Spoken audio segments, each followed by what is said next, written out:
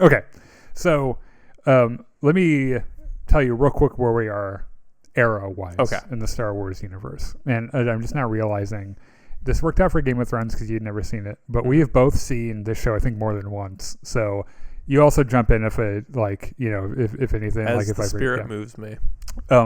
This is after Star Wars Episode 3, but before Star Wars Episode 4. So the Emperor's reign is iron tight right now. The Empire reigns the universe, or at least the galaxy, and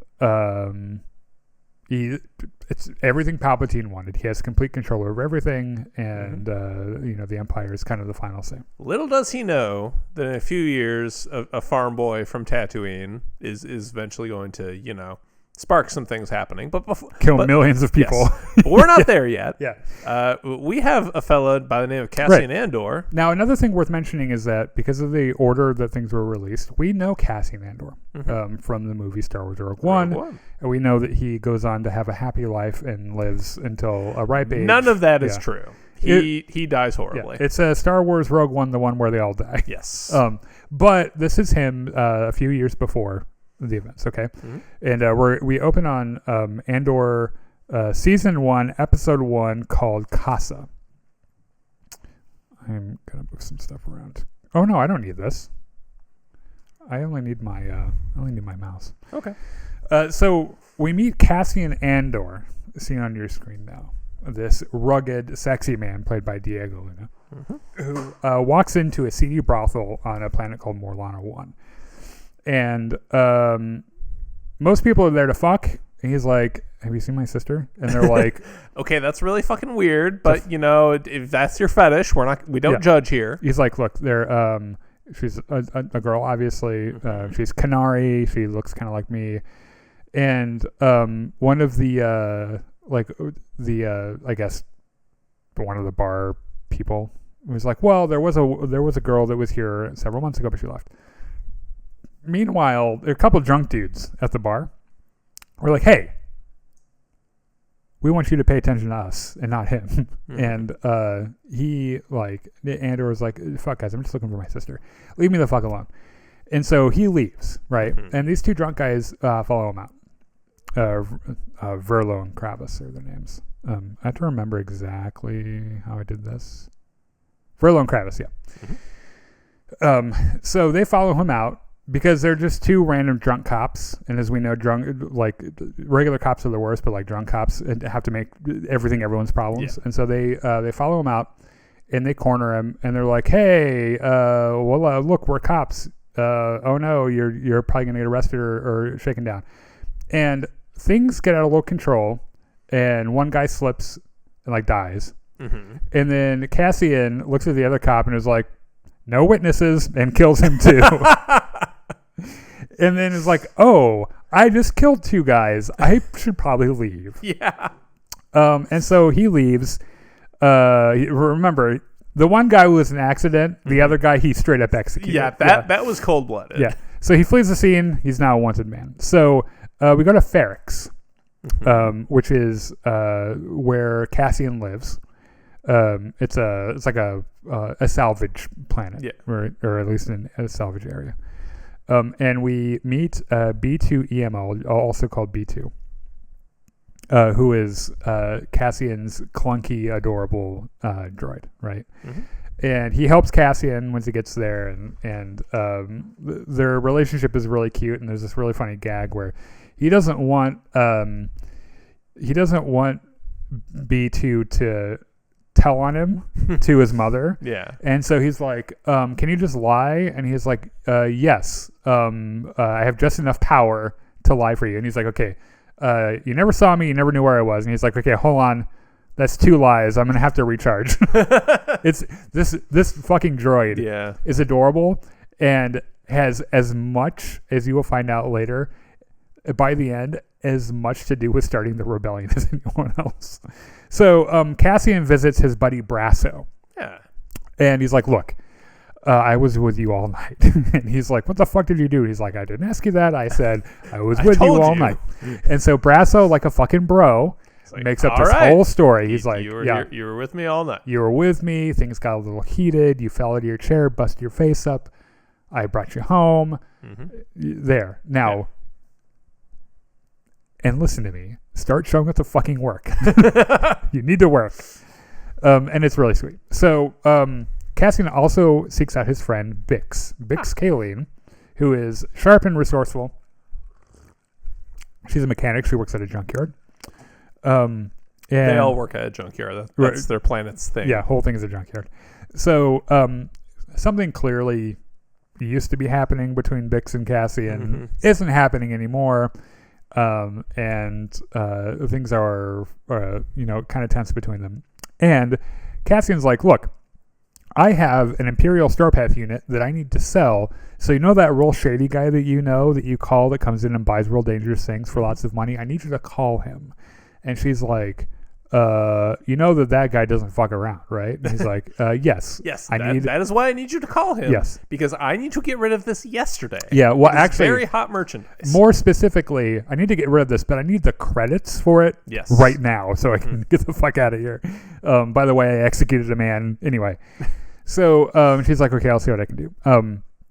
So on Morlana 1, we meet Deputy Inspector Cyril Karn. Oh, God, this guy. And this guy, let me tell you, Chris. He's a real tight ass. This guy's a real cunt. This guy, if you were to take, those real annoying bootlickers on social media who are always like, well, if you didn't do anything wrong, why aren't you letting him search your car? Those guys, that's Cyril, right? Except that he's not even a cop, really. He's like mall security. He's corporate security, yeah, right? And so he finds out about this murder that happened to the guys that Cassian murdered, and he gives a report to his chief Hine, and he's like, "Hey, these guys were murdered. We should do something about it. We must, justice and blah blah blah." And Chief Hine's like. That is so much fucking paperwork that I don't want to do. Yeah. I got a better idea. They rushed to someone's aid. They died. Make them heroes, but not like obnoxious heroes. Heroically in the line of duty. Yeah. Blah, blah, blah. And that'll be it. Yep. And Cyril's like, how dare you? And the chief is like, okay, look, I got to go listen, I have to go report to the Imperials now and tell them about our crime rates. So we are going to fudge this. So I don't have to talk about it ever. You're in charge when I'm gone. Stay out of my fucking office. Do not order any investigations or overtime. I cannot stress this enough. Do not investigate those two murders. Right. Do not. Yeah. Also, this is the one specific order I'm giving you. Do not investigate those murders. Also, did you tailor your own uniform? And he's like, yes, sir, I did. I put some new piping on it. I'll give it a little bit of tailoring. He's like, a fucking nerd. Get the fuck out of my office. This fucking guy. So, back on Ferrix, we meet Tim Carlo, who is from Space Scotland and is Bix's current boyfriend. Okay. And he doesn't like so much how Cassian looks at Bix. And he gets a little jealous, a little insecure and shit. And he kind of realizes that maybe something is going on because Bix is all of a sudden acting real real weird and shit. So we get a flashback to when Cassian was a child on a planet called Canary, and he's living in this tribal society of children, and he's got this little sister, and they go out on these scavenging raids and shit. And they see a ship crash, and in their weird child languages, they're you can tell that Cassian wants to go on the next raiding party, but he's kind of young and shit. Yeah, and they're trying to figure out what to do about this Republic ship that just came crashing out of the sky near them. Bix runs up to her secret radio and messages this mysterious buyer. Tim kind of follows her. And she's like, what the fuck is this girl doing? So Cyril Karn, the second the chief leaves, is like, I'm ordering an investigation and I'm approving all overtime. And so they do some CSI. They do some zoom and enhance. Where he goes, stop. zoom in, enhance that. And they're like, oh, this guy like made it through, and they figure out that there's this guy named Cassian Andor who is like now their prime suspect. Yeah.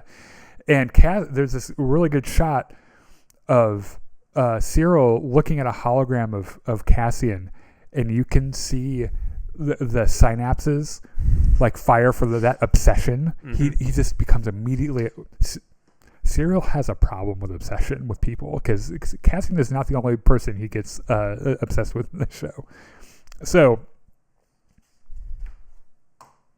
back in the flashback world, on Kenari, Kassa is able to get himself on the raiding party, and they're going to go check out the ship. Okay, good for him. So episode 2. That would be me. The tribe of children trek through the jungle toward the down ship, which is a part of this abandoned Imperial mine. Well, it crashed in this abandoned Imperial mine. Right. So they find the ship, and they find the crash ship, but they don't know much about it yet. Yeah. So. I'm mentioning Hammer Guy. Oh, God. Because this guy's pretty neat. This is some of my favorite world building of the entire show. So, look. Like, they don't have bells. They have this slab of metal. This guy gets up here and hits with hammers just to really drive home how industrial and, like, blue-collar this planet is. This society probably started off with a guy that got up kind of early to go to work, a smith or something, and would bang out some metal. And that turned into this tradition that probably handed down from father to son, with this guy going up in this fucking tower and waking everybody up on Ferrix, banging away at this thing, right? And it's how they know how the day has started. Yeah. It's actually kind of beautiful because he has a certain form when he does it, like he holds himself a certain way. It's extremely ceremonial. Yeah, it's also very Japanese, the way that he does it. In fact, now I'm looking at it, he kind of looks like he's wearing Hakama pants, doesn't he? I think that's an apron, but I could be wrong. What are Hakama pants if not just a big flowy apron with 2 legs? So on Ferrix, Cassian kind of nervously waits for Bix to confirm that the buyer's coming. And Bix tells him to be ready. She's like, hey, he's coming. Don't fuck this up for me. This guy is like, kind of a big deal. It's big muckety muck. Yeah. And he's like, hey, I got the Star Path unit. It's ready. Everything's great. So Tim Carlo, who is suspicious and thinking maybe Cassian is boinking his girlfriend, decides to be an absolute asshole and calls the cops on Cassian. And he's like, hey, I know a Kenari guy. He's here. His name's Cassian. Probably the guy you're looking for. This is his address. And he's fucking my girlfriend. So if you could... Don't do this. Yeah. Like... Don't be this guy. Even if you think someone is having carnal knowledge of your significant other, don't call the cops on them. Like, come on. Shut the fuck up. So he tells the cops, here he is. Come get her. That way I'm the only person fucking my girlfriend. So Cyril gets this fucking tip and just goes, oh man, this guy's like, this is my motherfucking moment, right? Yes. And he calls up this other guy named Sergeant Linus Mosk, who's this other dumpy guy. Extremely Scottish, right? Or something, Irish. Yeah, I don't know. He has an accent. Yeah. And they're both like, we are going on an op. We are big fucking heroes about to make the score of a lifetime. We are going boots on the ground to Ferrix. It's going to be fucking glorious. And like one of the other guys is like, did you get permission? He's like, I don't need fucking permission. I am the law. I am the law. We're going. So we meet Marva, who is Cassian's mother figure, who is played by the world-class actor Fiona Shaw, who you might remember as Aunt Petunia Dursley from the Harry Potter series. And honestly, she was wasted in that role. But like in Harry Potter? Yeah. Okay, so my partner and I talked about this briefly because we've been rewatching Andor to get ready for next week. Because Petunia is such an unlikable character, I ended up transferring that to the actor as well. Yeah. It's kind of like the woman who plays Umbridge. Oh, yeah. God, she's awful. But her actor is phenomenal. Yeah, the fact that she can make you feel those things is a testament to how good that actor is. But also having seen her in other stuff where it's like, you are seriously fucking amazing. And this is one of those things as well. So she's older. She's not doing particularly well. So she's kind of like at home with the droid and shit. And Cassian is like, hey, I'm going to have to leave soon. And like, I think he lets slip somewhere that he tells someone that he's from Canary, and she's like, why the fuck did you do that? Yeah. Remember, you're from Fest. And he's like, no, I only told like 10 people. It's not that big of a deal. And so she's like, well, this is how you get caught, Cassian. Good fucking job. We're all so proud of you. Yeah. So back on flashback land on Canary. Or not Canary. No, this is Canary. Yeah. So Cassa and the tribe investigate the wreckage, and they find some crew members that have died. They've succumbed to like gas inhalation or exposure or something. One of the crewmen suddenly shoots the tribe's leader. Oh, God. Kills her instantly, and they all pull out their fucking blow darts and like puncture this man maybe 100 million times with a bunch of darts. He's a pincushion. Yeah, and he does a really funny thing where he like kind of like turns around and there's a bunch of darts sticking out his back and he just falls over. Fucking dead, by the way.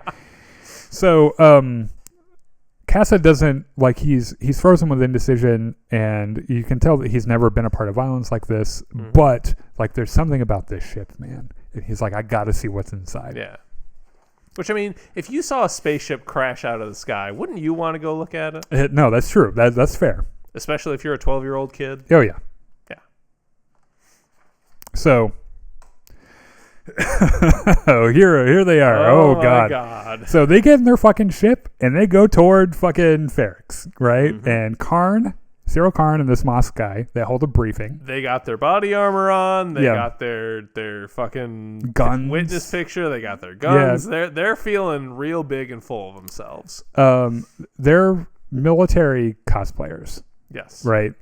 And just like American police. Exactly. And so Cyril tries to give this fucking like pre-game inspirational leadership speech. He is so bad at it. He blows the whole thing.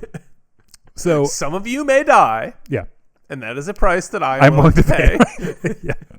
So Bix confirms to Cassian that she's like, hey, the buyer guy's going to be here tomorrow. But just a warning, like, once you sell, you need to get the fuck out of here, because I'm pretty sure like there are some people looking for you. Probably not my boyfriend, would never turn you on, I don't think. Certainly not. Yeah. So back on Canary in the past, Cassa sneaks into the down ship, and he's exposed to all of this technology he's never seen before. And doesn't know where to start. And the fuck are all these buttons and lights? Yeah, and just start smashing stuff because like, oh, maybe I'll break it. Okay. So man, we get our first look at Bix's mysterious buyer, whose name's Luthen Rael, and he lands on Ferrix.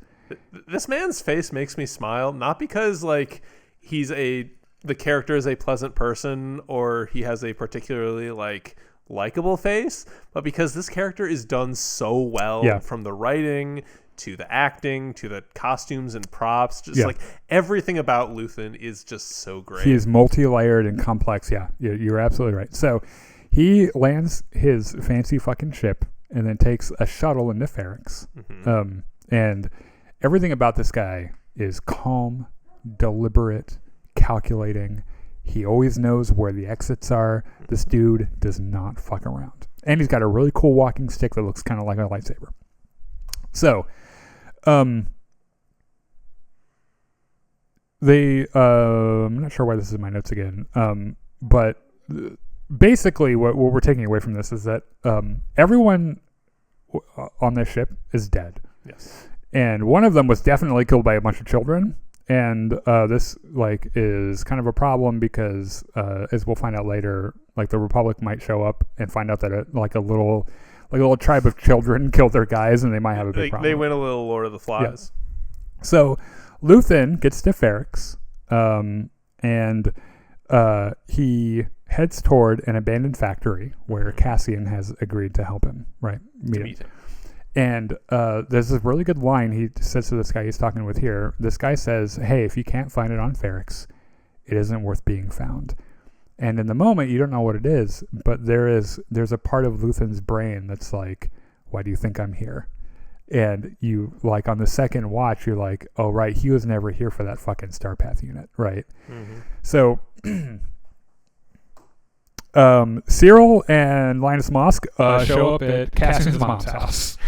And is like, we're real cops, get the fuck out of the way. And she's like, I didn't ask. Do you have a warrant? Yeah, and he's like, the fuck's a warrant? Do we get a warrant? And he's like, no. He's like, we don't need a warrant. Let us in. Let's fuck in. And so they turn her house upside down looking for Cassian, right? Mm-hmm.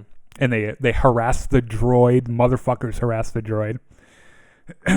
Unforgivable. By the way, as they're tossing her house, people in Ferrix are starting to walk by her house like, who the fuck is this guy? Yeah. Like, what's happening at Marva's house? So... in the past, yeah, they interrogate Marva about Cassie, and she's like, who the fuck's Cassie? Get the fuck out of my house. So in the past, Marva and her husband Clem show up, and they see a feral child ripping apart computers and shit. And Marva puts together that if the Republic shows up, they're going to think that Cassa mm-hmm. killed, like, at least one person. It's full of darts. Right. And because they're there to salvage the ship. They're like, this bitch just freshly crashed. We're going to get some spark plugs out of this bitch and run. Mm-hmm. But, and this is ignoring Clem's reservations, takes Cassian with them, fucking knocks him out. Yep. And slings him over his shoulder. It was like, we have a kid now. And they rescue him, more or less. So...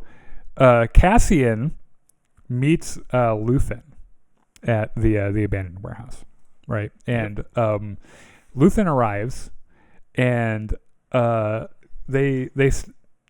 Fiction says, "Oh, hey, what's up?" So Luthen starts off like, "So you got a Starpath unit? What do you want for it?" And he's like, 40,000 credits, and he's like, "Damn, that's a lot of money. It's quite the Starpath unit you got there. How do I know you're not a spy or something?" He's like, "Dude, stop fucking around with me." And he's like, "Okay, let me cut to the chase. You were Cassian Andor. You did X, Y, and Z. You killed those guys at Morlana." Cassian's like, "I killed one guy. Yeah. The other was an accident." And he's like, "Well, they're both dead, aren't they?"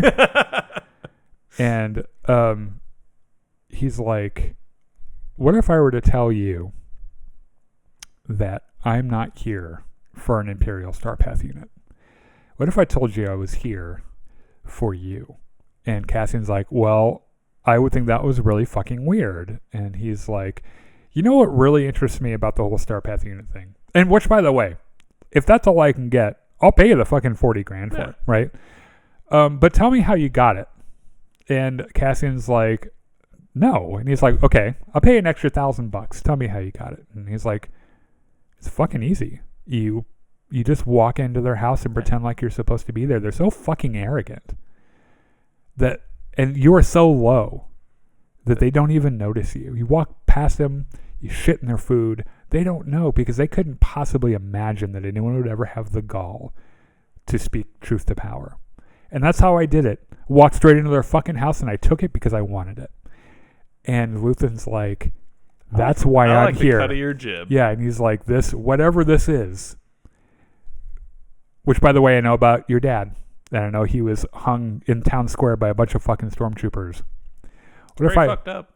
What if I told you there was a way to burn the fucking Empire down and have fun while you're doing it?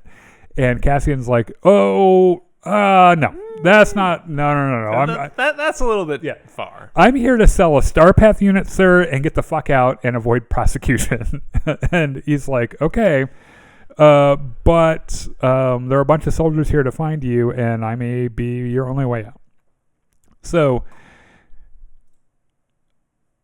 they realize that the abandoned warehouse is surrounded, right? And there's this really fucking cool thing where they hear, like, Luthen, when he comes in to their meeting, closes the door, as he walks in, and they have their conversation, and they hear like some soldiers outside, and Luthen's holding this like button in his hand, and he's like, so hey, here's a cool lesson about being a badass. Always make your exit on your way in. Without waiting for a response, hits the button, and the fucking door just explodes. And then like two soldiers wander in shell shocked and then fall over dead. And God, Luthen's so great. He is a badass. And by the way, there are these big heavy things hanging from the ceilings and shit. There's a whole fucking gunfight. And they're at one point, like Cassian, like as they're about to escape, Cassian realizes the Starpath unit's still there, and Luthen's like, I wasn't here for the Starpath. I don't give a shit. Leave it. Who the fuck cares? Like, that's not why I'm here.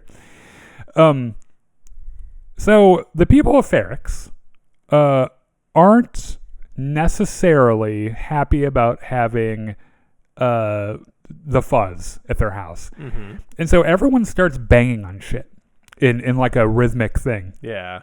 And this like really unnerves the can I say like the two seeming building blocks, like the foundation level things of world building on this planet are, number one, blue collar labor, number two, music. Yeah. Oh yeah, they do music. They have these weird musical traditions that are so cool. Yes. Yeah. Which we'll learn about, by the way, toward the end of the season. But a good moment to also shout out the composer of the series, who also did like the music for Succession. The music for the show is fantastic. Yeah.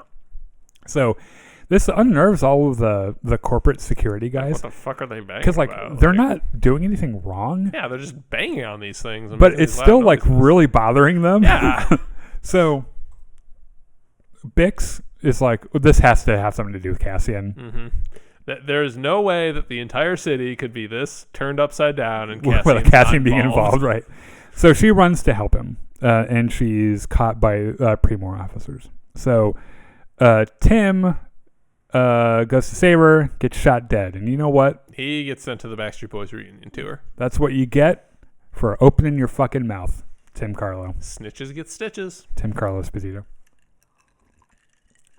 Okay, so Marva, who is still in her home, listens to all of the clanking and shit, and like the officer that is babysitting her is like, why the fuck are they all banging? And she's like, that really fucking gets on you, doesn't it? And she's like, let me tell you something. Maybe you're new to Ferrix, but you should be more worried about what happens when the banging stops. And the guy's like, what? What the fuck does that mean? Yeah. So, Luthen, Cassian and Luthen make a break for it through a back alley, and they plant explosives on a speeder bike and make a diversion, and they explode a bunch of... this whole operation for them has gone to shit. Yes. This was supposed to be a simple go and pick a guy up and bring him back. And he was not supposed to be approving ops, right? No. Like, no one knows he's here. He was not supposed to be doing any of this. Right. And fucking Cyril Karn just wanted to be the hero. So, by the way, there's a bit where Cyril's hiding, and then Cassian is within feet of him and has him at gunpoint, and spares his life, and it just deepens Cyril's like obsession with him. So, this is the face of a man who just realized he is very fired. He has royally fucked up. He had one job, and he did the exact opposite of that job. Yeah. So they have to go away from Ferrix empty-handed, a mountain of paperwork to explain why there are explosions. A couple corpses they need to explain. Yeah. Like, everything that could have gone wrong did go wrong. Yeah. Now, this episode has a beautiful ending where it tells two timelines at the same time. One of them, Marva carrying Cassian away on their ship, and Luthen carrying Cassian away pretty much. Not literally in his arms. Yeah. On his ship. Both of them moments when Cassian was brought into a bigger world by someone else, who was rescued from his current predicament and brought into a bigger thing, right? Into a bigger predicament. Right.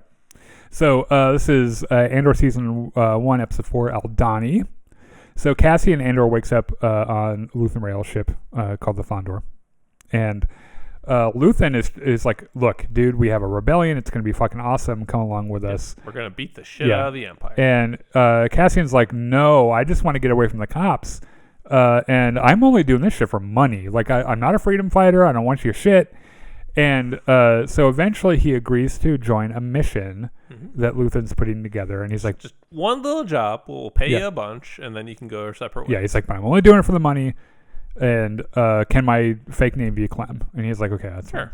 So we get our first look at Coruscant in this era, which is sterile, vast, quietly terrifying. Brutalist. Yes. Is I believe the architectural style they're going for here. So Deidre, a new character that we meet, walks to work at the ISB, the Imperial Security Bureau. Yeah. These guys are cunts. Right. Which, by the way, beautiful fucking building. Looks really cool. So she goes to work and hangs out with her boss, Major Partagas, who plays Qyburn in Game of Thrones, who is also amazing. He's like really sharp and sarcastic. He's very methodical. He's the head of the ISB, and he, like, everyone's very afraid of him. But he isn't cruel. He isn't a cruel supervisor. His style very much is we disagree about a thing. Your point, go. And then they both like present points, give evidence, and he goes, "You convinced me. You won." And that's his whole thing, right? So they hear about this thing that happened on Ferrix, and they're trying to wonder, like, is this rebels, or are rebels even a thing right now? And it's it's a whole thing. So Deidre raises some concerns, and it was like, I've noticed an unusual pattern of stolen Imperial equipment. Like, there was this thing from this place, and there was an Imperial Star Path unit from this thing, and I think that they might be all connected. And then one of her work frenemies, Blevin, this asshole right here, like brushes her off. He's like, "You're so full of shit." She's like, "Fuck you."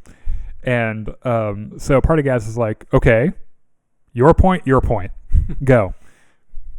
And she lays out a pretty compelling case, and she wants to expand her jurisdiction, but Partagas pulls her aside, and he's like, "You might not be wrong, but you need more evidence." And so thus starts Deidre's obsession. And a big part of this show is about different people's obsession, right? Yeah. And so she like gets her assistant. She's like, "Get the fuck over here. We are figuring this out." So we are finding the pattern behind all this disappearing equipment. Yeah. I have to remember, I messed the order up on my notes here. Okay. So you arrive on Aldani. Hold this for a second. You know what the problem is right now? What's the problem? I can't read my own handwriting. Oh. Okay. So Luthen drops Cassian off on Aldani, right? And they meet Vel, this chick right here. And oh shit. She, by the way, is the actor that plays the waif in Game of Thrones, and is also really good. And she's not a huge fan of Cassian. Yeah, well, so he's like, "Hey, this is Clem. He's going to be on your team." And she's like, "Who the fuck's Clem?" And he's like, "He's a guy. We're down a guy. I got a guy. He's, this is great." And she's like, "Okay, the rest of the group's not going to like this. Let's make up a backstory for him. And by the way, when we get there, don't mention Luthen because no one knows he exists. Like only I do." So, we meet this guy. Yeah, then we meet the squad that's pulling off this job that they're doing. So this is Skeen, who is kind of grizzled, distrustful. He's got tattoos. He immediately hates Cassian for no real reason. This is Tamarin Barcona, who is he's an ex-soldier. Has a blaster that looks suspiciously like an AK. Like an AK, yeah. And then Nemec, who likes Clem for no immediately detectable reason. Nemec is also, he's the group's believer. Yes. He's got a manifesto. He is the fucking grad student who got involved way over his head. Yeah. Oh, this is the grad student that got radicalized. Yeah. Because he, like, out of the group, he's the guy. He's the guy who sips the Kool-Aid. And he's ready to die, to bring down the Empire. And then Cinta, who we find out later is fucking Val. They're both banging. Which good for them, honestly. Yeah. And then Gorn, who is actually a current Imperial officer, but is a turncoat. Yes. Right. So Luthen gets his face ready on his ship, and this is one of those scenes in the show that it's so good because like Luthen is just on a ship. He changes his clothes. He puts on a wig. Well, but before this, like, Luthen has been carrying around this intense sadness the whole time. And, that something has happened to him to get him to do what he's doing. And you can tell he's carrying these, like, insane, like, demons. And he does. He changes clothes. He, like, puts a wig on. And then he has to practice his smile in the mirror because he doesn't do it ever. Yeah. And so he gives himself a real wide smile. He practices his mannerisms. Yeah. He puts on this entirely different person. Yep. So he goes to work. He owns this art shop on Coruscant. There's also, if I'm remembering this scene right, after he practices all this, he just reverts back to normal. It just drops. Luthen. Yeah, it just drops. Yeah. Love how Cassian and Mando work together to bring down cartels back on Earth first. Oh, and right, and I can't remember what it's called, but yeah, I know what show you're talking about. So he goes to work. He's got this like artifact shop and his shop assistant Clea, right? Mm-hmm. So they're hanging around because they have an appointment. Who do they have an appointment with? Well, motherfucking if it isn't Senator Mon Mothma. So she shows up and like on the way in, she's like, "My driver's a spy."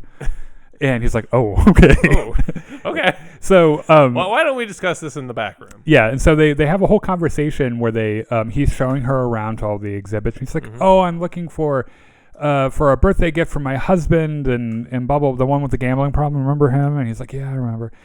Give him this big fucking baseball bat, and and then they are with coded language talking to each other about the shit that happened on Ferrix. And Mon Mothma is like, "What the fuck happened on Ferrix? Why were you on Ferrix?"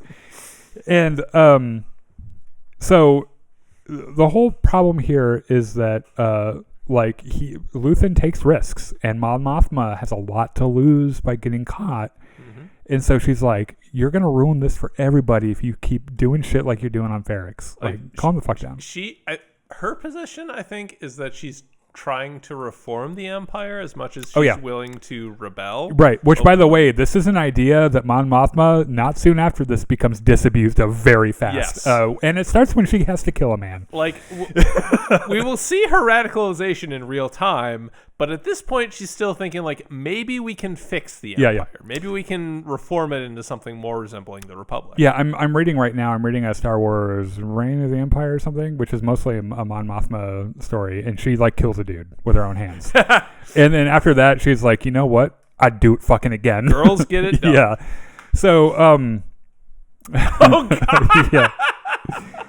So, God bless Cyril's mother. Like, not because she's a good person, because she's not, but just because she is so effective at taking Cyril down a peg. Yeah. I remember where we are. So Cyril, Cyril has, my note says Cyril has the worst mother ever. Okay, yeah. So Cyril moves to Coruscant to move back in with his mother, because he got fired. Which is just everybody's nightmare. Yeah. Which, by the way, same actor, another Harry Potter alum who played Mrs. Fig. Oh yeah, yeah. Also a really good actor. He after meeting his mother, you know why Cyril is the way he is, because she's terribly overbearing and she's awful, right?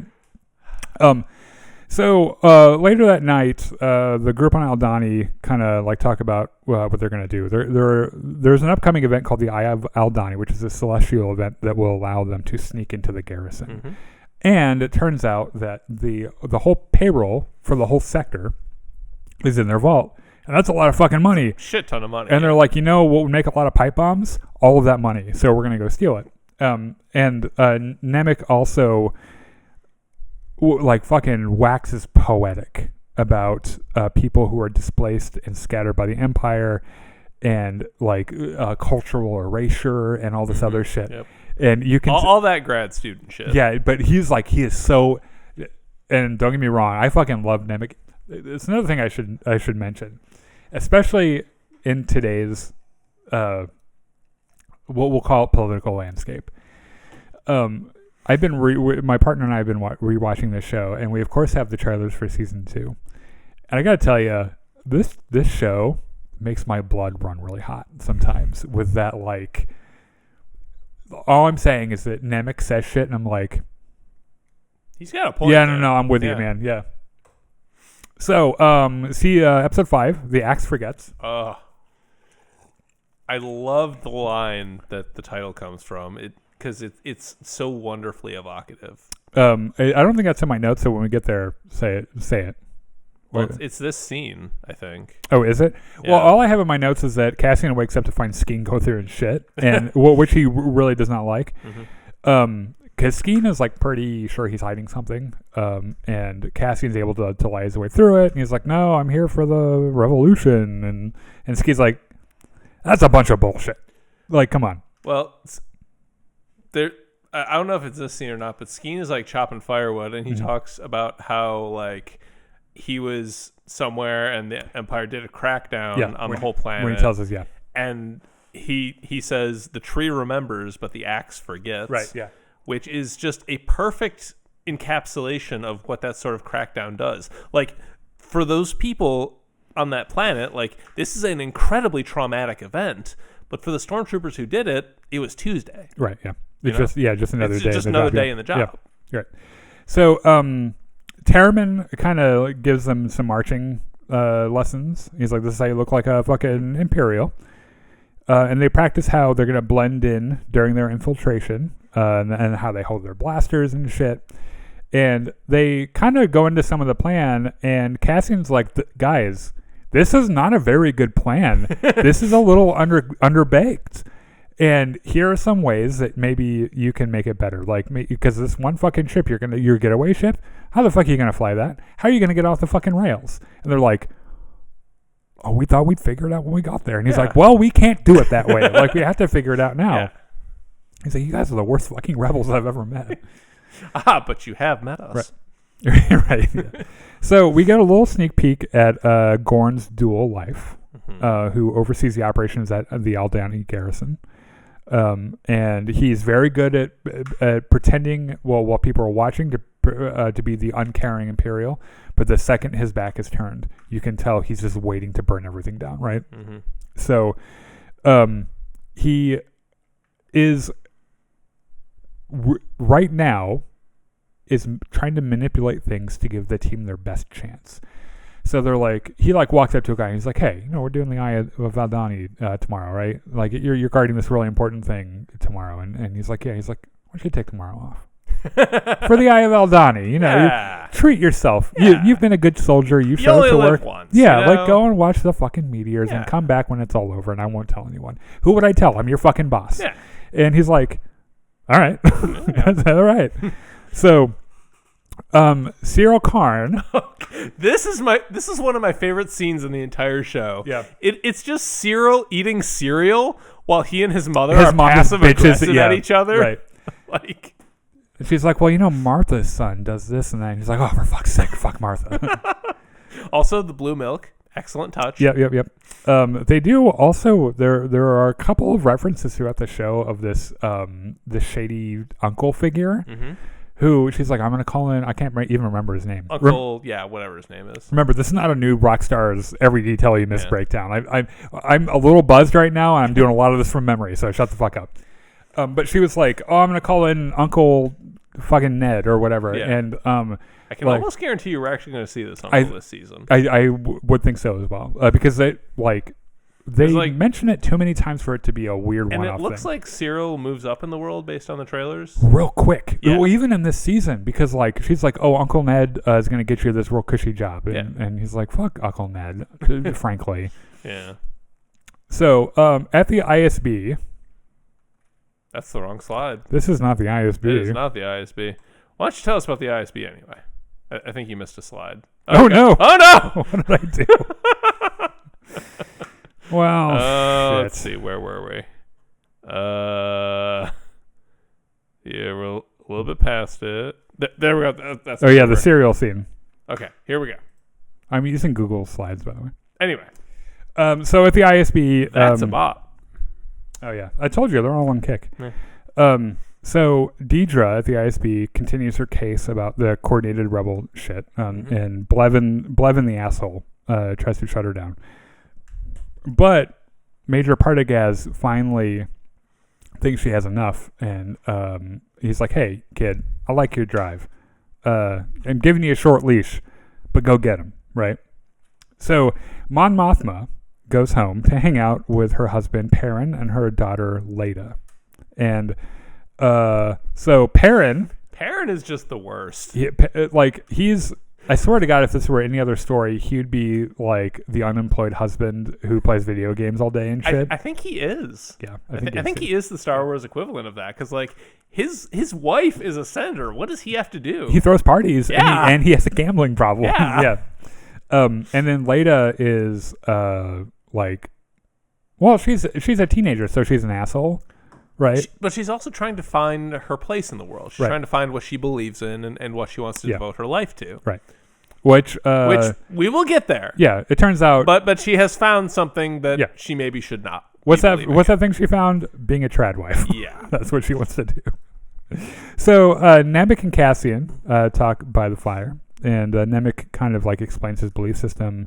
And like how he's in it to start the revolution. Like that's his main, doesn't care about literally anything else, including his life. Like if his life is spent bringing about this revolution, as a life well spent. Mm-hmm. And Cassian listens, and he's like, that's fucking stupid. You're a fucking crazy kid. Yeah. And he's like, I know. We wouldn't be here if we didn't have some mental illnesses too. So welcome to the group.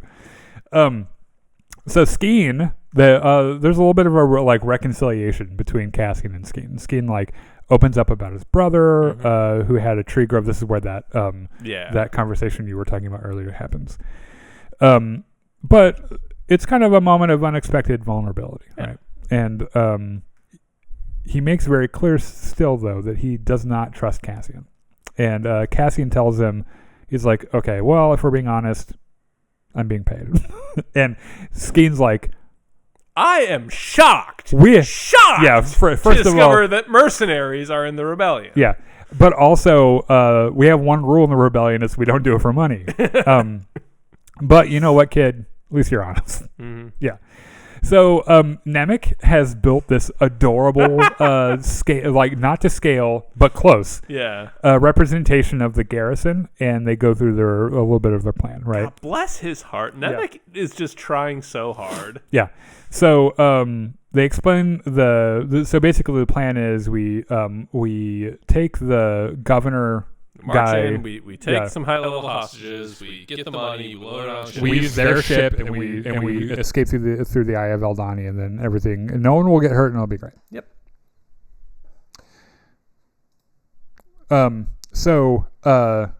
This is episode 6, The Eye. So early in the morning, the day of the op. It's like the calm before the storm, right? Yes. Val watches the stars fucking fade in and shit, and she's trying to compose herself, and Cassian is double checking all his gear, and Terramon's barking out last minute orders and shit, and Nemik is clutching onto his manifesto and shit, and everyone's a little afraid, but you can tell at least Nemik's let's do this, let's fucking go, man. So let's burn this shit to the ground. So they get their disguises. And they get a bunch of stolen Imperial uniforms. Terramon coaches them on their posture and shit, and then Val reminds Cassian, she's like, don't open your mouth unless you have, just don't say anything. Yeah. Okay. So Gorn starts overseeing preparations for the Eye of Aldani thing. Because remember, this is a big native religious festival. Right, yeah. So the natives are coming right to this gazebo to come see it. And they keep referencing how beautiful it is, and how it's a once in a lifetime thing, right? And so he's still dismissing soldiers in the right spots to make sure that there's a clear path for their objectives and shit. And so all the Aldani natives arrive for their little party, the Donnies. And they show up. They do a little like the ceremony where they trade hides and shit. And the officer in charge of the base, Commandant Behaz, and his poor son and his poor wife, and he's such a bastard about it. They're like trading skins. Like, these fucking smell really bad, and they don't even speak. Oh, fuck these guys. And so he's fat and miserable, and you can tell this was not where he wanted to be when he signed up with the Empire. He thought he was going to be fucking in charge of I don't know, the death camps or something. Right? Yeah, exactly. Instead, he's stuck out here in the middle of nowhere in fucking space Scotland Highlands. Right. So Cassian, Teremin, Nemik, and Skeen, they all get their pose on and shit, and they are posing as escorts for the Commandant and his family. Val and Cinta split off to approach the vault from like another entrance. They scale the dam, I think. Yeah, I remember that. Yeah. And they also, I think their job is also to kill communications to a nearby airbase as well. So, everything seems to be going pretty okay. So, they take the governor hostage. They got guns on him, and they're like, look. All right. You're going to take us down to the vault, or we'll kill your family. And he's like, I don't even like my family. And he's like, well, we'll kill you. And he's like, okay. I kind of like me. Yeah. So, yeah, let's not do anything hasty here. So they march him down to the vaults and have him open it, and they begin loading the Imperial payroll into the getaway ship. And at some point, fucking Commandant Behaz decides to have a heart attack because he's morbidly obese in a stressful situation. He's in the military, but you can tell this man has not done PT in a very, very long time. So a firefight starts. And an officer grows suspicious and radios for backup from the airbase. And there's this fucking killer shot because the Eye of Aldani event is starting, right? And we see these TIE pilots getting into their ships and stuff, and it's so fucking cool. This episode. Gorgeous. Incredible, yeah. So Cassian gets on the ship after a little scuffle with a guard, takes off. In the process, Nemik is crushed by one of the loose crates of payroll, and can't move from the waist down. I think Gorn gets shot. Oh, they take heavy casualties. Yeah, there are a bunch of people that die. Yeah, I think everyone dies except for Val and Cinta survive. Cassian. Nemik survives for the time being. Nemik is alive for now. Skeen survives. Yeah. So they also earlier, a part of the plan was that how are we going to navigate through the Eye of Aldani because it's going to mess with all of our gear and shit. And Nemik's like, I've got this really cool fucking thing that doesn't need the internet, and it just does, like, it just calculates and shit, and it's very analog. It's very cool, and so that's like how they're gonna get through it. Yep. So and they boot up. They're flying away. These ties are coming after them. They have go right through this meteor shower, or whatever the fuck the Eye of Aldani is. So this one of the most visually breathtaking things I've ever seen in Star Wars. It is so good. It rivals fucking The Last Jedi, the Holdo maneuver from The Last Jedi, or it belongs in a top 3 of any of the the wow moments in Star Wars. They have Nemik. They give Nemik like some adrenaline straight to the throat. Like, dude, we really need you to boot this thing up so we can get out of here. Yeah, and he's telling Cassian where to turn and shit, and he screams at him to rise, so to pull back and climb. I think he screams climb, and the team makes it out, but barely. Right. Yep. And all the TIE fighters that are chasing them all fucking die. So they take Nemik to a one Dr. Quadpaw, which you can tell is named for his 4 arms. Yeah. And Dr. Quadpaw is unable to save Nemik in time, and Nemik dies. Nemik dies.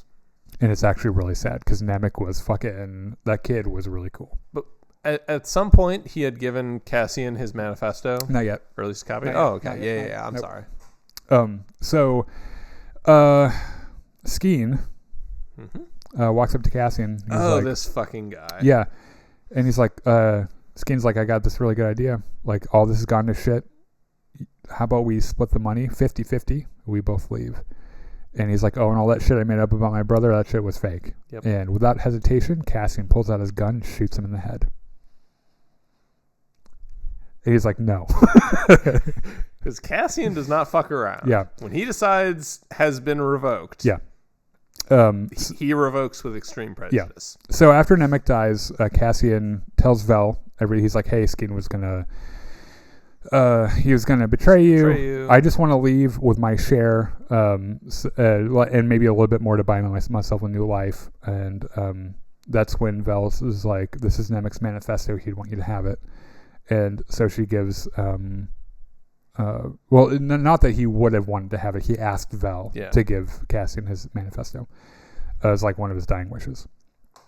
So, Mon Mothma back at Coruscant gives a speech because like everyone knows about what happened at Aldhani now, and like the Empire's up in a tizzy and shit, and Mon Mothma gives a speech about it, but no one really fucking listens to her. Major Partagaz is like, let me tell you kids, they fucked with the wrong Empire, so I'm gonna tell you what we're gonna do. There will be a full investigation, there will be a response, and lots of people will die. All hands on deck. Tell your family you're not gonna see him for a couple of weeks. And Deidre, who's in her seat, like, yes, I fucking knew it, man. I knew I was right. And the Imperial war machine has begun to wake up. Slowly, ponderously clanks into motion. Yeah. We're doing pretty good. We're at an hour. Yeah. And we're on episode 7. Okay. So we're a little more than halfway through. Yeah, we're getting there. Yeah. We're getting there. Whew, okay. All right. So episode 7, announcement. The ISB headquarters is in crisis mode. Yes. They have an emergency meeting. Major Partagaz is here. This fucking guy's here from Star Wars Episode 4. The Emperor wants swift, punitive response to the Aldhani attack. It wasn't the fact that they took all the money, which they did. In the grand scheme of things, it wasn't that much money. At least to the Empire. But the Emperor is like, who the fuck are these guys? How dare they? Yeah. So how dare they take my money? Right. So the ISB announces a new doctrine, the safety in our streets initiative. Yes. Oh God. Crackdowns, fucking increased sentences, mass surveillance. Like they're going 100% George W. Bush Patriot Act. Mandatory right? minimums. Yeah. Surveillance in the bathrooms. Yeah. Just every unreasonable security. Toilet cams. Yeah, the whole thing. Right. So Deidre speaks up because she believes the robbery is just like one of the moves in a larger pattern. And other people are, they're like, Deidre, shut the fuck up. And then Partagaz is like, girl, I think you might be right. And you know what? You should start looking into this more. And she like looks over at Beloved and was like, fuck you. So, Luthen learns from his hidden radio in his shop that the Aldhani heist was a success and they got away with the fucking money. Mm-hmm. And Luthen knows that the Empire is going to overreact, and that's the entire point. Yes. Was to get like the Empire to crack down. The money is nice. You can buy a lot of war supplies just like the Star Path unit. Like it would be nice to have, but that's not why we're doing this. But the point is, you need the Empire to overreact and look unreasonable, so that ordinary people can be like, "Wait, this is fucking stupid. Like we should do something about this." So yeah, and it's fucking like he's like, this is gonna blow back on them, and like this is the tinder of this rebellion, and this shit's gonna go up in flames really fast. Response warrants counter response. Right. So Mon Mothma shows up at Luthen's shop. What the fuck did you do? She's like, what do you know about Aldhani? He's like, Aldhani never met her. And she's like, don't fuck with me. Do not fuck with me. What did you do? Because I know it was you, motherfucker. Right. And he's like, only you could have done something this crazy. Right. And Luthen's like, you caught me. Fair point. Yeah. So Luthen tells her pretty plainly, like, the Empire won't be defeated politely. This thing that you're doing, like fix it from the inside. It's not going to work. It's too late for that. A motherfucking Sith Lord is in control of the government. 2 of them, actually. Yeah, this is not going to work the way you think it's going to work. And so all these crackdowns, pretty much most of everyone's personal freedoms have been canceled, yes. Right? And Mon Mothma is starting to realize she's got some loose ends that might get her caught now, because she wasn't expecting this increased scrutiny, right? And so she realizes she needs to start expanding her secret circle a little bit, because she's going to need some help to get out of the hole. So Cassian quietly returns to Ferrix, to Marva, and he's like, look, I made a shit ton of money. I won't tell you how. And she's like, Aldani. He's like, well, yeah, but how the fuck did you know that? Yeah. Right. What? Yeah, and she's like, Cassian, I'm 109 years old. I'm not going anywhere. I'm staying right here. And you know what? That shit that happened on... by the way, she doesn't actually know that he was involved in Aldani. Yeah. But she knows that Aldani happened. And Marva, even though she's 109 years old... She is rebel to the core. She's like... She's been waiting her entire life for radicalization, and this was it. And she's like, oh, fuck yes, let's do it. She's like... she's watching like MSNBC. Like, oh shit, here it goes. Yes! Yeah. So Cassian, he's like, okay, well, all right. No, see you later, I guess. Yeah. Bix, Cassian reunites with Bix, who is still really upset about Tim's death. She isn't very happy to see him, but tells him the town is under surveillance and warns him, it's like, you gotta get the fuck out of here. Yeah. So, because Ferrix is no longer safe, Cassian fucks off. We get a flashback to Cassian's father figure being hung in the town square by stormtroopers with clone trooper helmets, which I thought is a really, really neat look. So we find out that Cinta stayed behind on Aldani to kind of keep an eye on things and like try to figure out where the winds are blowing and shit. There's a fucking Star Destroyer up there. So Deidre is given some pretty sweeping authority now, and she refused Ferrix surveillance and asserts jurisdiction over all of Ferrix. And Partagaz is kind of happy to be on her side with this and everything. Transferring, he's like, you know what? All of Ferrix, that whole fucking sector, you're the god of Ferrix now. And she's like, oh, that's fucking great. So she's now also officially in charge of the Cassian Andor hunt, which Cassian has no idea this much heat is on him yet, right? So meanwhile, Cyril starts a new job, which is basically in a call center. Yeah. Right? He sits in an Imperial cubicle all day and presses buttons on his weird computer, and that's it. That's all he does. So he's working at the Bureau of Standards, and it has something to do with fuel, I think. Yeah. And look, this is the guy that tailored his own uniform to look more like a badass. That launched his own investigation against orders because he thought it would make him a big damn hero. Yes. This is the worst job possible for him, right? This man craves adventure. He does not check boxes. He fancies himself a big swashbuckling hero. Yeah. Okay. So Mon Mothma meets with her friend Tay Kalma, who's this other guy. This big party. Yeah. They have a big old thing. They meet Tay Kalma, who's charming. He's a little secretive. Politically like-minded, but a little more cautious, right? So he agrees because Mon Mothma is like, okay, I'm gonna level with you. I've been funding the rebellion. He's like, how much? Like $900 million. The thing is, like, they can see all those bank transfers now because of the Patriot Act, and he's like, oh.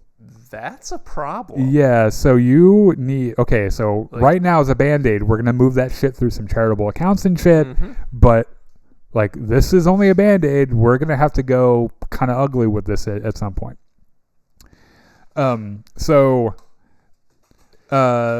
Cassian goes to Space Daytona Beach. Space Daytona Beach. God, I love this with a place.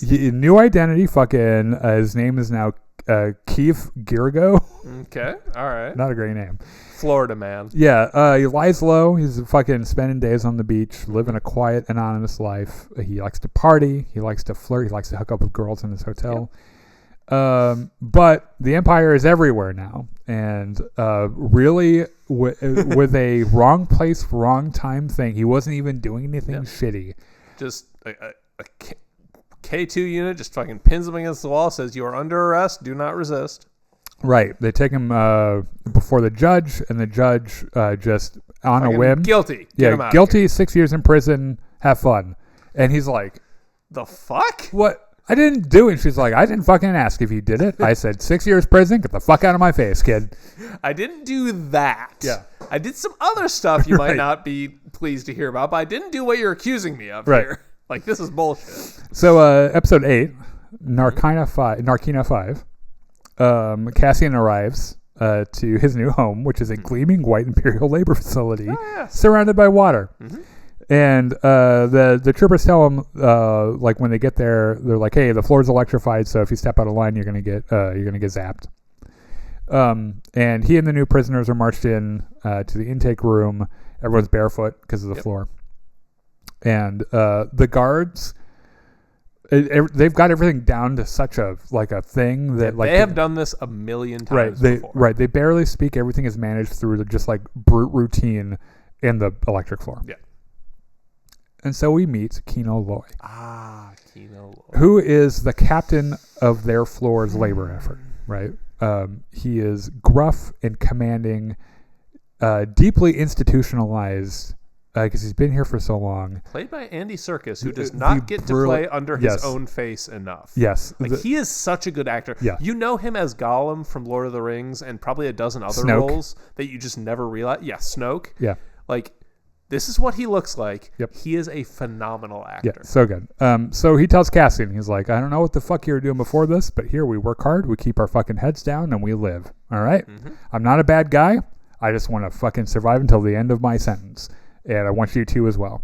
So don't cause any problems. I won't kick you in the fucking nuts. All right? And Cassian's like, all right, fine. I mean, 6 years is an awful long time, but okay. Yeah, and he's like, I didn't do what they said I did. And he's like, kid, heard that before. Kid, I don't fucking care. You did it. You didn't do it. I don't fucking care. We don't even know what the fuck we're building these things. We don't know what they do. Do we know what they are? No, we don't know what the fuck they are. We don't care. We don't care. We don't ask. We do our job. We get out of here. Yeah. So Cassian joins table 5. And they build their weird mechanical thing. They don't even know what the fuck it is, right? Weird gear with spokes or whatever. Right. So Cassian watches for a bit and he learns all the different steps and stuff. And each team, like everyone's scored for speed, and losers are punished with floor shocks. Mm-hmm. So, Deidre at the ISB HQ. She has fully seized control of Ferrix. Mm-hmm. She holds her own briefings and lays out Cassian's movements, like where he was. She orders surveillance on Marva, who she suspects might be a link to rebel activity. Which Marva, I think, would be.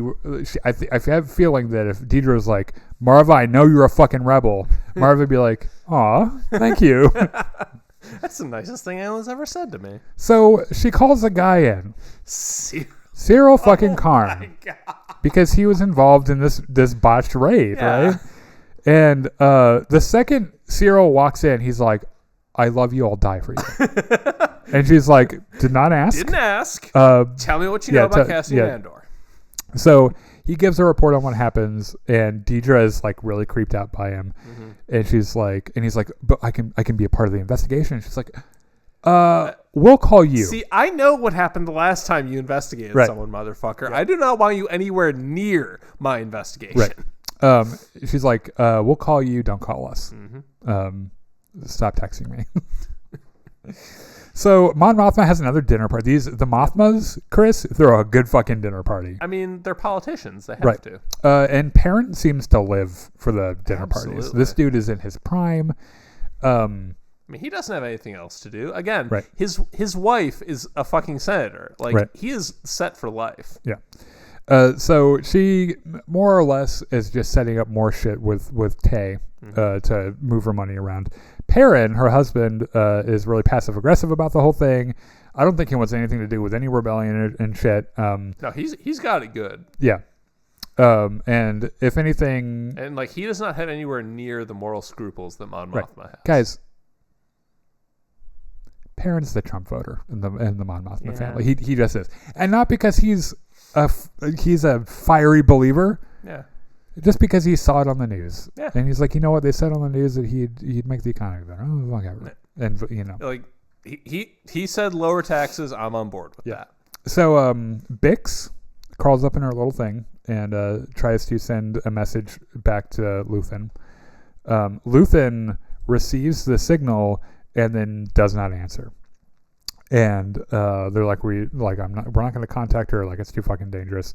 I don't even know who that girl is. What the fuck ever. Luthen is not a good person. It should be said. No. He is intensely driven towards his goals, and if those are good for the galaxy, fantastic. But he is not an intrinsically good person. Right. He's got one goal, and everything else doesn't matter. By the way, we find out that Val and Cinta are both on Ferrix to spy on the Imperials there, because all of a sudden Ferrix has an Imperial presence. Yeah. So after several days, Cassian has become more efficient at work. The routine is merciless. They wake up, they work, they eat, they sleep, and they repeat the whole fucking day again. So Cassian eats. By the way, they eat this like flavorless, like they pull a tube out of the wall and they suck on it and shit. Hundreds of men, like they're all in identical fucking uniforms. No one speaks, and at one point, like there's a guy that just goes to the Backstreet Boys reunion tour. That sends himself to the Backstreet Boys reunion tour. Yeah. Just fucking steps out, can't take it anymore. Steps out on the floor and gone. Yep. All right, this is episode 9. Nobody's listening. Fucking another good episode. All these episodes are so good. So, Cassian Andor, who is not going to be prisoned anywhere, thank you very much, keeps asking Kenoi, how many guards are there? Where does the fucking elevator go? Where are the tools stored? And Kino is like, stop asking those fucking questions. Because, look, one person is going to overhear you asking me that, and then it's going to be my ass. So, how many guards are there? Too fucking many. Where does the lift go? I don't fucking know. I've never been on the fucking lift. Where are the tools stored? I don't know. They're right fucking here. When we leave, they go away. We come back, they're here. Leave me alone. So, Bix is captured. She's arrested by the Imperials. And Brasso, by the way, realizes and is unable to help.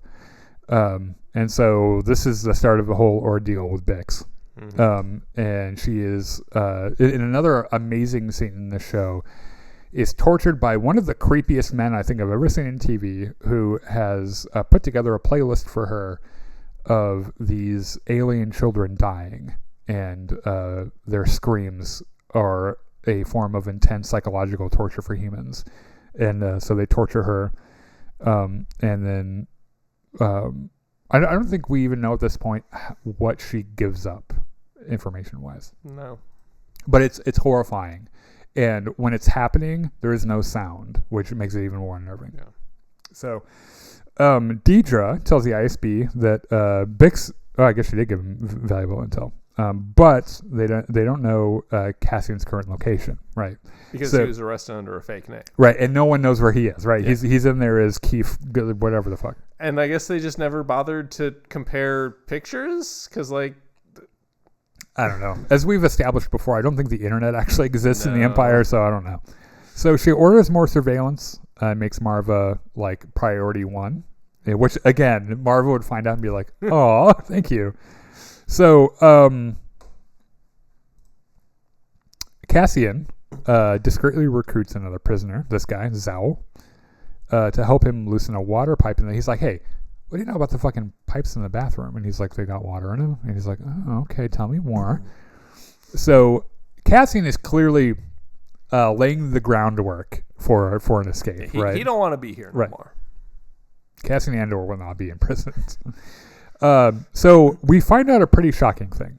First of all, that Mon Mothma and Val are cousins. Yes. By the way, her daughter Lyta loves Val, and Val is very good at pretending to be the thing that Lyta wants to be, which is a trad wife, pretty much. But we know that that's not who she is, right? So, she's not trad at all. Right. She's gay. Oh yeah, she's pretty lesbian. Yeah, you're right. Yeah. So, her buddy Tay is like, okay, so you know how I said we were just going to move money around charities? And she's like, yeah. He's like, well, that might not fucking work. And I got one other backup plan. You're going to have to work with this guy that you fucking hate. His name's Davo. He's a fucking terrorist. This is what he is. And that's your option now. And she's like, okay. Well, shit. Okay, then. All right. So, Luthen goes to pay a visit to our old friend Saw Gerrera. Saw. Yeah. Who is in a hidden base.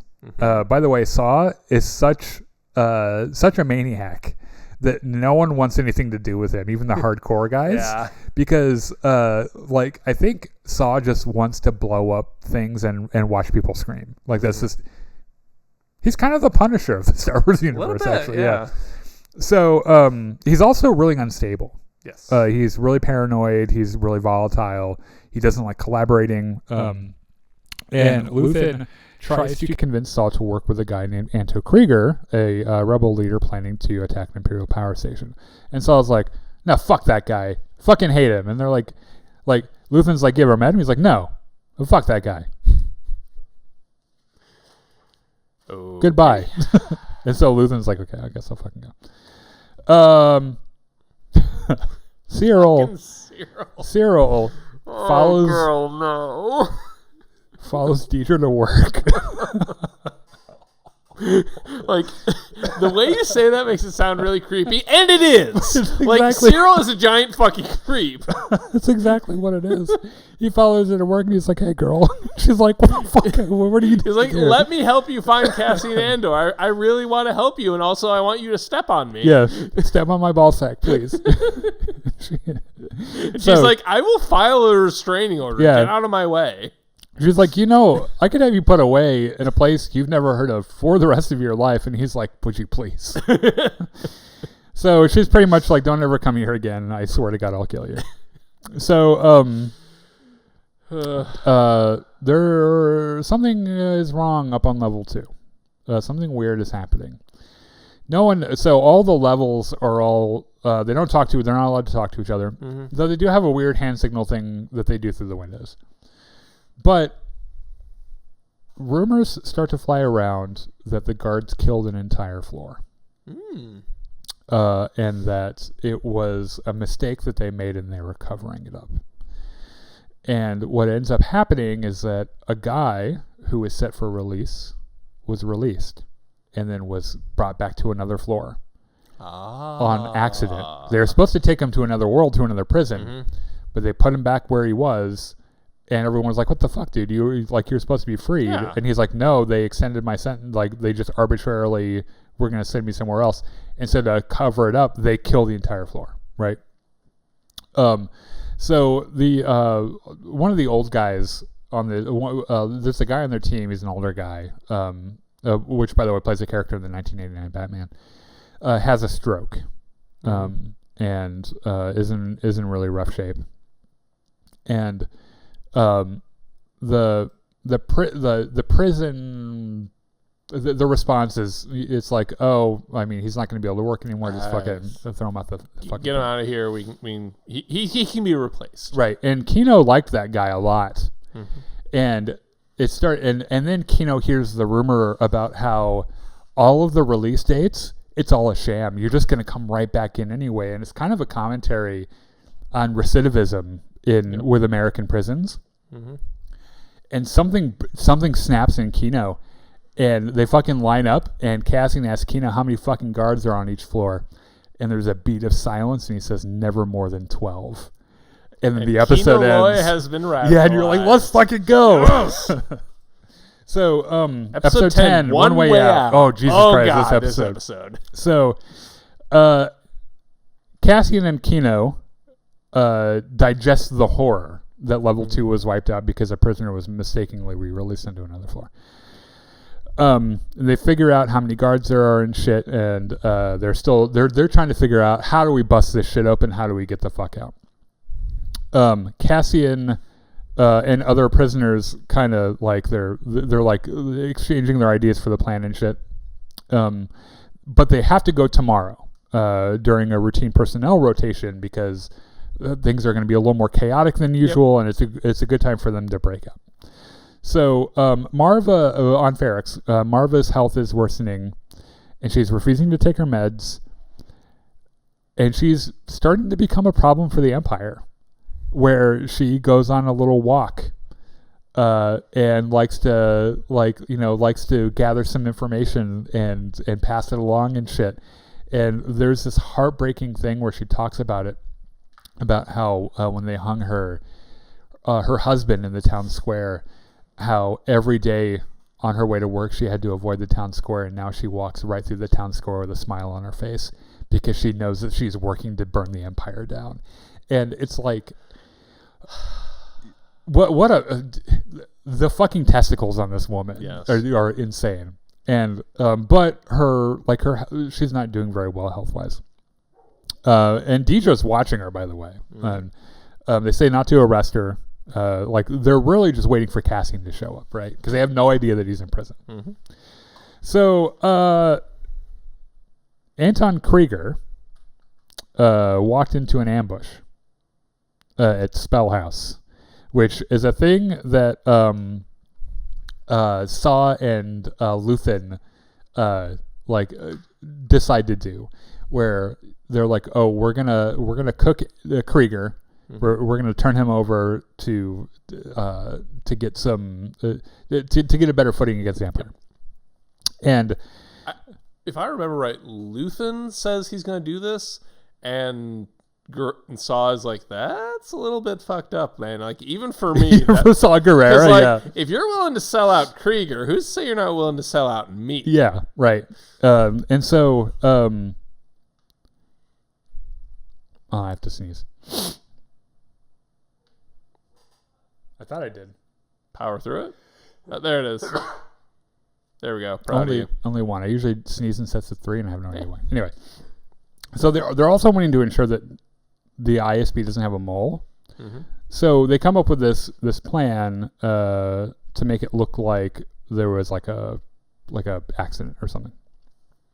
So Mon Mothma gets further into deep shit and meets with Davo Skoldoon, shady Julian financier, who's definitely a terrorist. So this guy's the worst. Yeah, he's like, you know what? I'll move your money around. No one will ever fucking know where it went or where it came from if you marry off your daughter to my son in a political match.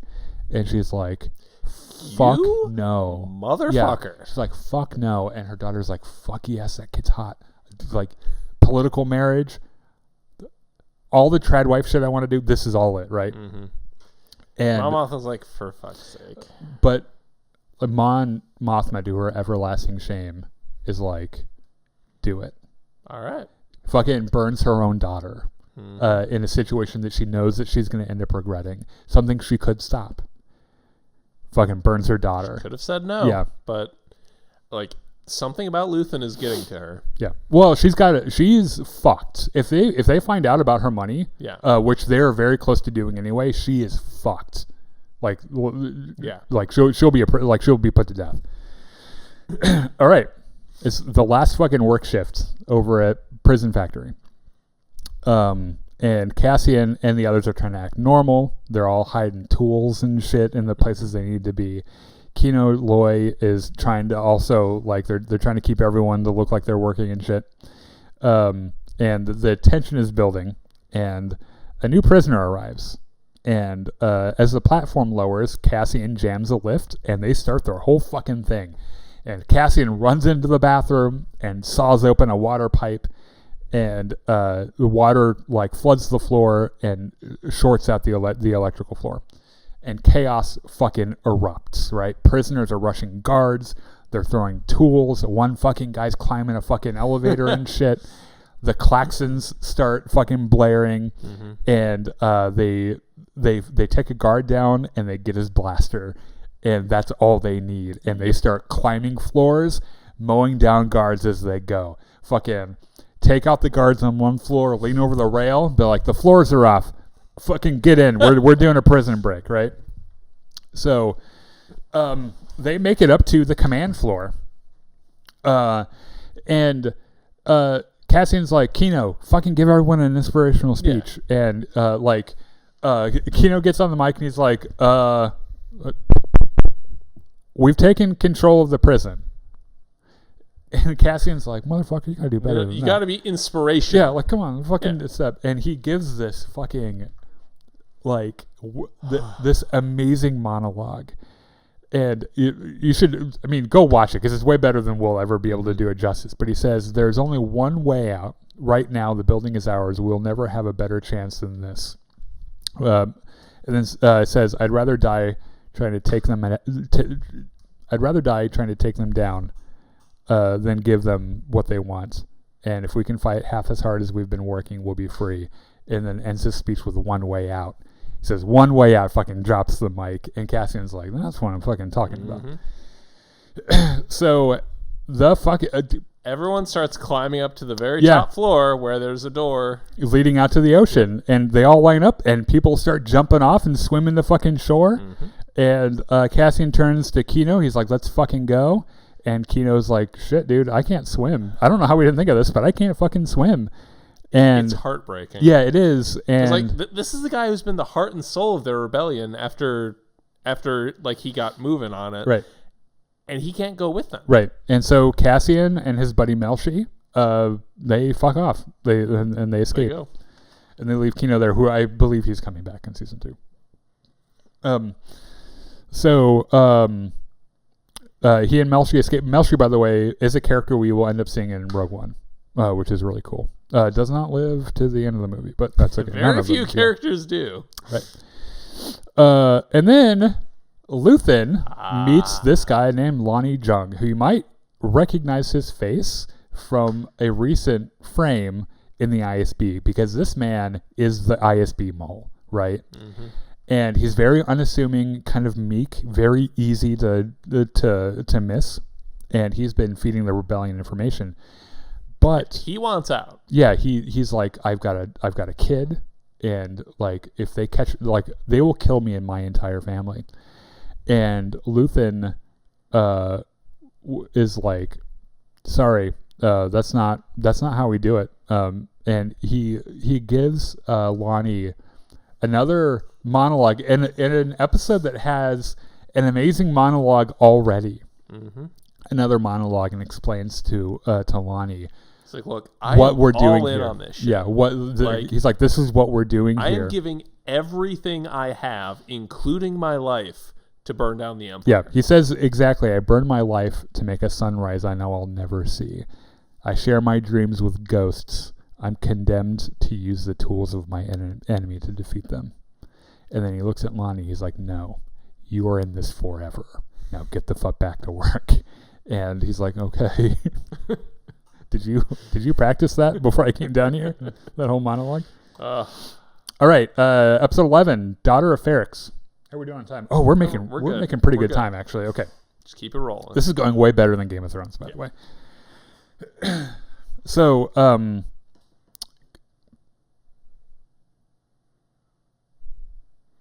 I need to go one more. There. Okay. Yeah, there we go. So Cassian and Melshi continue their escape, and they meet a couple of fishermen who turns out they don't really like the Empire either, and so like, you know what? We'll give you a fucking lift to Space Daytona Beach. So Marva has died. Yes. She got an illness. She died, which is wont to happen with people this age. They just they go down really quickly. You know, they get some kind of pneumonia or some shit. So her body is being kept by the Daughters of Ferrix, which is a local civic group that she was like the chairwoman of. Brasso and B2 are devastated. especially the droid who is just like emotionally broken, which you have to ask yourself, if a droid like this can become emotionally broken, why the fuck are you enslaving them in the first place to do petty jobs? He doesn't want to be alone. The droids in Star Wars are sentient creatures, and they relegate them to doing shitty jobs. It's disgusting. So Bix is still in prison, by the way. Still being tortured. Yeah, and is who the fuck is, like, her brain is somewhere else, right? So the ISB moves in. They see Marva's death as an opportunity, as bait, because they know that there's no way that Cassian's not going to come back for his mother's funeral. And so Deidre approves the event happening as long as they keep the numbers low and they have complete control over everything and blah, blah, blah, blah, blah. And then while this is happening, Cinta is also in town undercover watching the people watching Marva, or watching for Cassian. So on Coruscant, Luthen and Clea receive word of Marva's death. And Clea and what's her name they have a conversation about Cassian, which is Cassian is the only guy that knows who Luthen is. We don't know whose side he's on. We need to kill him. And Clea is like, fuck yeah, we do. And so Val's like, well, all right, I'll go to Ferrix and kill him then. I'm your girl. All right. This is way out of order. I don't know what this is doing here. I don't know. This should have been 2 episodes ago. Anyway, we'll skip that. Yep. So Cassian and Melchior dropped off back on Space Daytona Beach. Cassian sneaks into his old hotel room and gets his shit, like all of his money, his hidden blaster, and Nemik's manifesto. And while he's doing this, he hears Nemik's voice in his brain saying, the pace of repression outstripes our ability to understand it. Tyranny requires constant effort. It breaks, it leaks. And then Cassian calls home and learns that his mother, Marva, has died. And he doesn't speak. He just listens. He hangs up, and you know that he shouldn't go back, right? But like it is so obviously the worst place for him to go, right? But it's Cassian Andor, and no one's gonna tell him what the fuck to do, so he's gonna go. He and Melshi split up, and Melshi says they need to tell people what's happening at that prison, and they need to build the rebellion, right? And so he heads in one direction. Cassian heads to Ferrix. So Luthen gets pulled over. Pretty much, it's a routine traffic stop, and they pull him over. And look, if they board his ship, he's fucked. Yes, right. And so he's like, okay, we're gonna play this cool and everything. And then he sends all of his information over and shit. And on the whim of the commander of this Imperial ship, who is basically like, we need the practice, let's just board him. And they're like, okay, well, go ahead and pull over. We're gonna board you, and Luthen's like, no, you're like, not. No, I don't think so. And he activates these countermeasures in his ship, which include they grab ship-sized lightsabers for some reason. So the Imperial ship has a tractor beam that grabs him, and he's got a flak burst that destroys the entire thing, and then he's got the lightsabers that cut through the fucking TIE fighters. It is badass. This sequence is badass. So he destroys the tractor beam. This is the face of a very sad Imperial who just had his tractor beam ruined. So on Ferrix, Brasso is trying to comfort the droid here who's still grieving Marva. The daughters of Ferrix announce their funeral plans. The ISB is preparing for Cassian's return.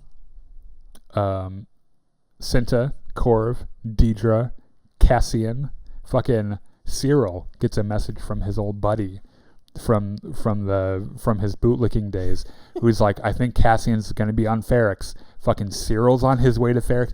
Everyone's coming back to Ferrix, right? All right, episode 12, Rick's Road.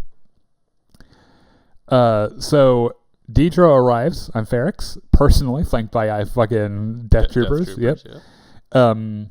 So Cinta is watching Corv, who's undercover watching for Cassian. Everyone's waiting for Cassian, right? Because the second they see Cassian, the Imperials are going to kill him, or the rebels are going to kill him. like he's either way, he should not be here. Yeah. Cassian slips in undetected. He meets with Pegla, who's a guy. Who tells him about Bix, and Cassian's like, "Oh shit, I have to go rescue Bix." Mm-hmm. The parade for Marva's funeral starts, and the band strikes up a mournful tune, and it's kind of slow, and they march through the streets and shit. I love their instruments because if you look closely and you know what you're looking for, you can see underneath all the greeblies what they're actually doing and what they're playing. Yeah, because this looks kind of like a clarinet. It's a flute or clarinet. Well, this part's a clarinet, but this part's a flute, and this kind of looks like There are metal clarinets, by the way. That's exactly what this is a flute right here. Is a flute bit right there, you can tell. And then some of them are little mini euphoniums and baritones and shit. Yeah. So. While the funeral is unfolding, Cassian breaks into the garrison and rescues Bix. She's mentally and physically damaged. She's still recovering from the torture. And Cassian's like, "Come on, girl, we're going to go." And then Marva's final message is played. And we already had 2 monologues that would have been enough for the entire show. But then they give a third one, and it is fucking the cream of the crop. Fuck the Empire. Yeah. And so the droid projects a hollow recording. And she gives this whole thing, and she says, "I've been sleeping. I've been turning away, but now I'm awake. And I want the Empire to know Ferrix does not belong to them. If I could do it again, I would wake up early and fight these bastards." And as soon as she says that, the Imperial officer in charge is like, "Oh, shit. Oh, God." And he tries to throw his cape around the droid and disrupt the thing right as she says, "Fight the Empire." And legend has it, and this was also confirmed by Tony Gilroy, the original and the version that they recorded was Marva saying, "Fuck the Empire." And when I went and watched this monologue earlier today, they put in a digital artifact, a little stutter in the hologram right on that word. They were going to do it, I think. And everyone Another freezes. really cool part about this is that apparently in funeral rites on Ferrix, your body is burned down and you're turned into they have a little brick. Yeah. Right, with their name on it. So Brasso's carrying this brick. The brick. Yeah, hold on though. Yeah, he's carrying the brick. He's carrying Marva's brick. So she says, "Fight the Empire," and everyone freezes. And everyone's looking at each other, and the Imperial officer kicks the droid over. And then violence erupts. Because they're like, "Fuck you." That's her. That's the brick. Brasso with his fucking brick just goes ape shit, and everything erupts into violence, and everything is chaotic. I think Brasso either beats someone to death with his brick or throws it at someone. No, he beats someone to death with it. Yeah, absolutely. Which is absolutely the way Marvel would have wanted. Right. This kid chucks a pipe bomb into the Imperial ranks, and it blows up a bunch of their ordnance, and so now everything's exploding and everyone's screaming. Cyril's like, "Not again, fuck." And it just utter mayhem everywhere, right? Luthen is watching this whole thing, trying to figure out if Cassian's going to be there, trying to figure out where everything's going. There's a really cool shot before everything kind of breaks down where Deidre is standing watching the procession, and right behind her is Luthen. It's the guy that she's looking for is literally next guy behind her. Yeah, it's really neat. So Cyril rescues Deidre and pulls her into a room, and he's like, "Again, I'll fucking die for you." And she's like, "Thank you, but why are you like this?" But the indication here is that maybe they share a little bit of their obsession for capturing Cassian, right? Can you imagine how toxic that relationship would be? But let's not pretend like we wouldn't know who the pants were, too. Deidre is absolutely at the top there. Yeah. So Cassian, Bix, Brasso, Jezzy, Willman, and B2 escape through tunnels, and they get on a ship. Cassian loads everyone on. He tells Brasso takes care of Bix. He gives Nemec's manifesto to B2, and he was like, "Hey, we'll find each other." Meanwhile, Mon Mothma's daughter is married off to someone, and she watches on in horror. But this is what she's got to do, right? Yep. And then Cassian gets on the ship with Luthen and confronts him, and he's like, "I'm in." Like 100% in. Yep. I've got nothing left. The only thing I care about now is killing the Empire. So either kill me or take me in. And he's like, I'll take you in. This is the start of a really good relationship. This is what I wanted in the first place. So great. And he fucking takes Cassian away, now ready to wage war against the Empire. And then a post-credit scene, we find out that the little bits that they were building in the prisons were actually a part of the Death Star. Yep. And that's the end. That's one of my favorite revelations of this entire show. Yeah. It's also it's terrifyingly sad. Yes. That they that's obvious. When I watched it the first time, I had a feeling that that's probably what they were working on, because we know from Legends and from the newer canon that they were using a bunch of like illegal workforces to build it and shit. So that's the end. We made it through. Fucking that's quicker than I thought it would be. Yep. Starting next week, when we have our next podcast on Wednesday, that will include the Andor season 2 after show, starting at 6:30. So make sure you watch it. Yeah, because it's gonna be really fucking good. Yep. Otherwise, thank you for the comments tonight. We appreciate it. We love you guys, and we'll see you later. Bye-bye.